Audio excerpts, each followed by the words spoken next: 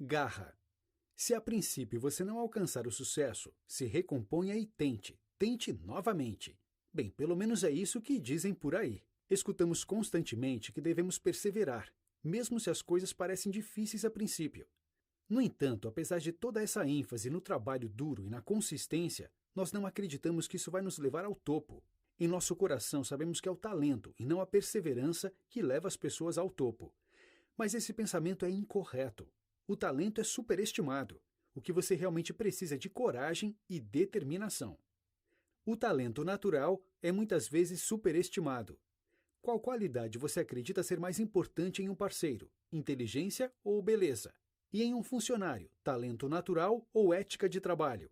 Em ambos os casos, nós temos a tendência de nos enganar ao responder contra nossos instintos naturais. Diversas pesquisas nos Estados Unidos fizeram a pergunta: qual qualidade é mais importante para o sucesso, talento ou trabalho duro? Cerca de 66% dos respondentes foram a favor do trabalho duro e da determinação. Trabalho duro era uma das qualidades mais importantes para a contratação de um possível funcionário. E essa opinião não se aplica apenas ao mundo dos negócios. Em 2011, o psicólogo Chia Jung Tsai fez essa pergunta para especialistas musicais. E uma maioria esmagadora disse que a prática e o trabalho duro eram o segredo para o sucesso. Mas, se estamos sendo honestos, nós realmente acreditamos que o talento supera o trabalho duro. No mesmo estudo de 2011, os especialistas musicais escutaram duas gravações em que supostamente uma delas era de um músico naturalmente talentoso, enquanto a outra representava um músico com anos de trabalho duro. Embora os especialistas tenham dito serem a favor do trabalho duro, a grande maioria escolheu o músico naturalmente talentoso como superior. Mas aqui está a pegadinha. Os especialistas escutaram músicas idênticas tocadas pelo mesmo músico. E esse tipo de situação também acontece no mundo dos negócios.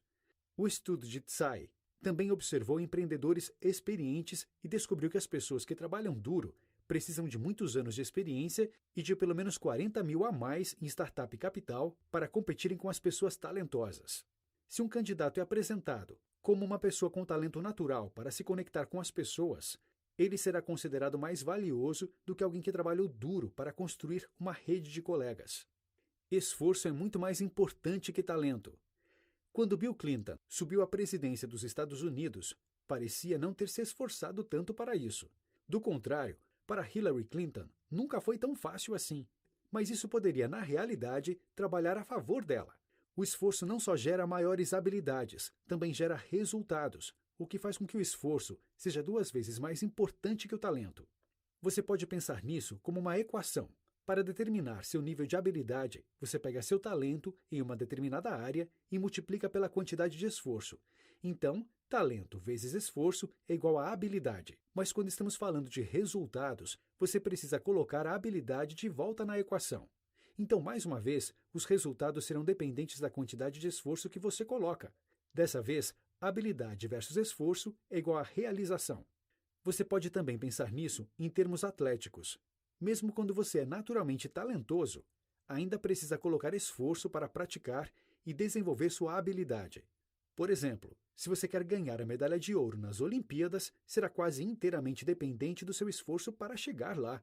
O poder do esforço é muitas vezes descoberto por pessoas que lutam para superar uma falta de talento. Um bom exemplo disso é o escritor John Irving. Longe de ser um talentoso nato, Irving teve dificuldades no colégio, repetindo um ano, recebendo um C- em inglês e atingindo uma nota abaixo da média em linguagens no SAT, vestibular americano. Mas existe uma razão para isso. Irving era disléxico e precisava de muito mais tempo que os outros para desenvolver habilidades de leitura e escrita. No entanto, Irving não desistiu. Ao invés disso, ele se esforçou muito mais que qualquer um em seus estudos, um hábito que manteve durante toda a sua vida. Irving acabou escrevendo e reescrevendo 10 rascunhos dos seus romances, mas ele sabia que seu esforço e trabalho duro seriam recompensados. Os resultados falam por si. Seu romance, The World According to Garp, O Mundo Segundo Garp, ganhou o prêmio National Book em 1978. Manter objetivos mais simples vai te ajudar a alcançar grandes objetivos. A sabedoria convencional diz que devemos fazer o que amamos, mas ainda mais importante que isso, você precisa se comprometer em fazer o que você ama. Realizar pequenas tarefas diárias é uma boa maneira de aumentar seus níveis de esforço. Objetivos de baixo nível, como esses, podem servir como um caminho para a realização dos seus objetivos finais. Muitas pessoas irão definir objetivos de alto nível, como se tornar um médico, advogado ou um atleta profissional. Ter objetivos de vida como esses é inspirador, mas também podem fazer com que você se esqueça de definir os pequenos objetivos para que os maiores aconteçam. Por exemplo, para se tornar um médico, existem uma série de pequenos objetivos que devem ser definidos primeiro, como estudar e passar no vestibular. Depois que eles são alcançados, existem ainda outros pequenos objetivos, como não se atrasar para suas aulas e garantir que você alcance boas notas. Se incorporar esses pequenos objetivos em seu dia a dia, o grande objetivo pode permanecer distante. No entanto, ter um sonho grande e uma visão também é importante para dar sentido e inspiração para a sua vida. Afinal de contas, permanecer em um regime disciplinado é muito mais fácil quando você tem uma imagem clara do que está querendo alcançar. Pense em Tom Seaver, por exemplo. Tudo o que ele queria era jogar beisebol. Quando se aposentou com 42 anos, Seaver havia feito 3.640 strikes em 20 anos de carreira como jogador da liga principal. Durante sua carreira, Seaver garantiu que tudo em sua vida trabalhasse para que ele realizasse seu objetivo. Isso significava que quando estava viajando para a praia, evitava o sol, já que uma queimadura no braço podia atrapalhá-lo a lançar a bola e em seu objetivo. E é isso que representa ser leal a seu objetivo. O sucesso de Seaver foi o resultado de um alvo simples. Trabalhe com coisas que te interessem. Você tem dificuldade em ficar motivado durante um dia de trabalho? Se a resposta é sim, você não está sozinho. Uma pesquisa da Gallup, em 2014, revelou que 2/3 dos trabalhadores americanos não se sentem motivados no emprego, e a maioria das pessoas acredita que seu trabalho seja entediante.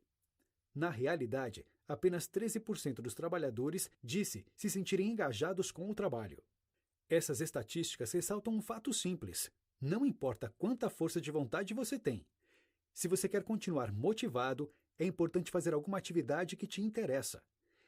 Em 2003, o psicólogo Mark Allen Morris entrevistou centenas de trabalhadores americanos, e os resultados confirmaram que as pessoas são mais felizes quando o trabalho tem alguma ligação com seus interesses pessoais.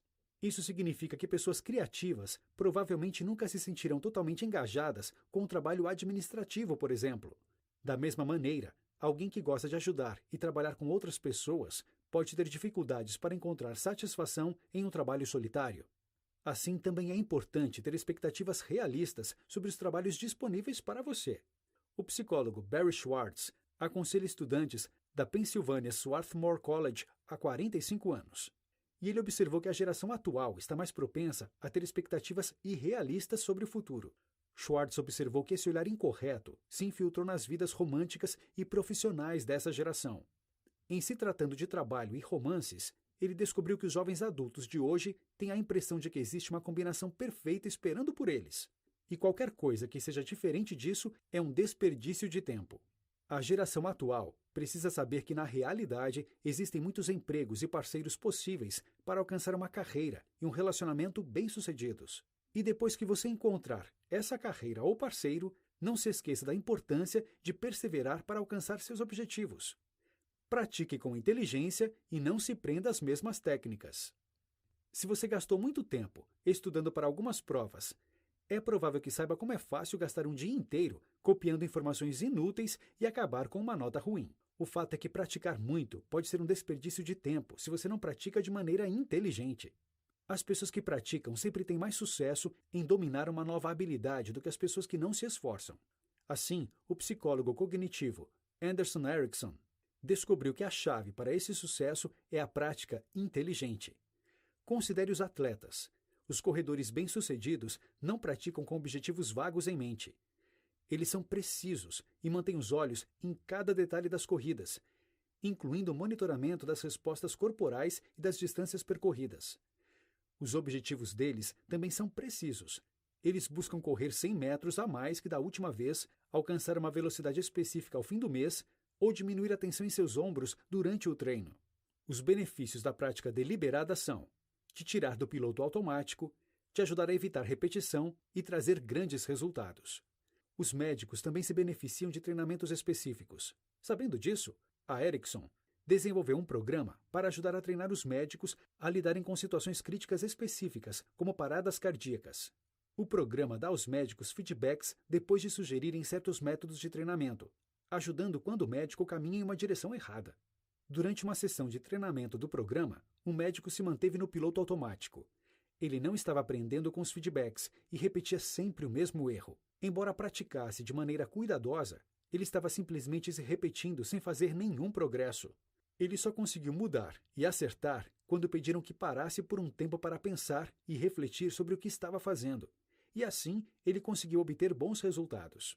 Pode ser fácil fazer o trabalho e acabar no piloto automático, supondo que você vai acabar colhendo os frutos do seu tempo de prática.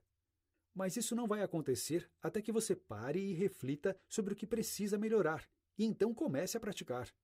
Encontre seu verdadeiro propósito. Você não vai conseguir fugir do fato de que algumas vezes é preciso fazer coisas que não gosta.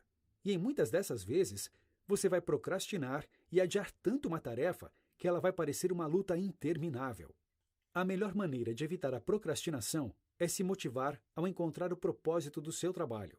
Pode ser fácil encontrar a motivação se você faz o que ama, mas perceber como seu trabalho contribui para o bem-estar de outras pessoas também pode ser motivador. Uma pesquisa de 2015 chegou à conclusão de que as pessoas que trabalham ajudando os outros são mais satisfeitas. E você não precisa necessariamente ajudar outras pessoas. Outro estudo pesquisou alguns zeladores de zoológicos e descobriu que muitos deles são felizes com seus salários baixos, apesar de terem uma boa educação. Esses zeladores identificam o trabalho como um chamado. E como resultado disso, o trabalho dá a eles um grande senso de propósito na vida e a crença de que estão contribuindo para melhorar o mundo. Isso também significa que eles estão mais dispostos a fazer horas extras para cuidar dos animais doentes. Se você ainda não encontrou seu verdadeiro chamado, não se preocupe. Pode levar algum tempo, e você pode encontrá-lo enquanto faz alguma outra coisa. O professor Michael Bain ensinava medicina na Pennsylvania University, depois de anos de faculdades e estágios. Ele sabia que a medicina não era seu verdadeiro chamado, mas ele gostava de ajudar outras pessoas. Enquanto isso, ele estava desenvolvendo sua verdadeira paixão, a meditação e a mindfulness, uma prática que ele gostava desde muito jovem. Eventualmente, Bain se tornou diretor da medicina interna em um hospital na Filadélfia. E em 1992, ele abriu uma classe de meditação para pacientes com doenças terminais. Ao manter suas práticas na medicina, ele foi capaz de abrir caminho para seu verdadeiro chamado. E depois disso, seu programa de meditação passou a ser sua principal ocupação. Incentive o trabalho duro ao invés do talento.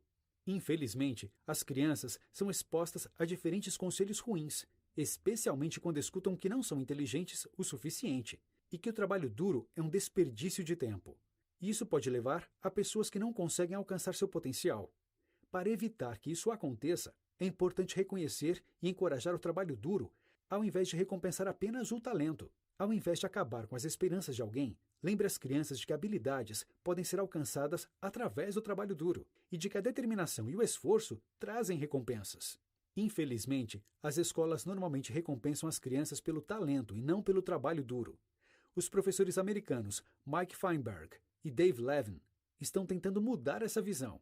Em 1994, eles lançaram um programa chamado Conhecimento é Poder, com uma regra de que as crianças seriam recompensadas pelo esforço e aprendizado, e não por talentos naturais. Então, ao invés de dizer a uma criança, você é muito talentoso, parabéns, os professores deveriam dizer, você está aprendendo, parabéns. Os resultados foram muito bons. As notas das crianças que participaram do programa subiram bem acima da média nacional. O programa mostrou como é importante para os adultos e professores trabalharem como exemplos para as crianças. Crianças aprendem que as mudanças e as melhorias são possíveis através dos exemplos dos adultos e dos professores. O psicólogo Darren Park observou como crianças da primeira e da segunda série aprendiam com os professores. Os professores que davam ênfase em categorizar os alunos de acordo com suas notas davam exemplos ruins para as crianças. Essas crianças acabavam pensando que o nível de inteligência delas era pré-determinado e por isso preferiam tarefas seguras e pouco desafiadoras. O mesmo foi verdade para os pais. Infelizmente, é muito comum que um pai pense que notas ruins reflitam em falta de inteligência, ao invés de falta de esforço. Isso pode gerar um sentimento na criança de que ela é burra e de que deveria desistir. Se os pais e professores dissessem às crianças que elas precisam trabalhar duro, elas seriam mais motivadas e alcançariam resultados melhores. O esforço é mais valorizado em algumas culturas. Não é incomum ver um atleta esforçado e determinado superando um começo ruim e vencendo uma partida. Mas é incomum vermos essa mentalidade sendo promovida em grande escala, a menos que você more na Finlândia, onde esses valores culturais são muito promovidos. Talvez por causa dos longos e frios invernos e uma história de defensivas contra os vizinhos russos, a Finlândia é um grande promotor do esforço. Os finlandeses possuem uma palavra própria para o esforço, sisu, que se refere à qualidade de perseverança que é parte integral da cultura finlandesa. A psicóloga finlandesa Emilia Lahti leva o sisu muito a sério e pesquisou o que essa palavra significa para os finlandeses. Depois de perguntar para 1.000 finlandeses, ela descobriu que 83% acreditavam que sisu era uma característica aprendida e não uma qualidade inata. E assim como o esforço pode ser aprendido, ele também pode ser incentivado como uma virtude em uma empresa. Muitos acreditam a Jamie Dimon, o CEO do JP Morgan Chase, o incentivo ao espírito can-do, que permitiu que a empresa ganhasse 5 bilhões em lucros durante a crise financeira de 2008, um momento em que muitos outros bancos estavam quebrando. Dimon aprendeu sobre o esforço desde cedo.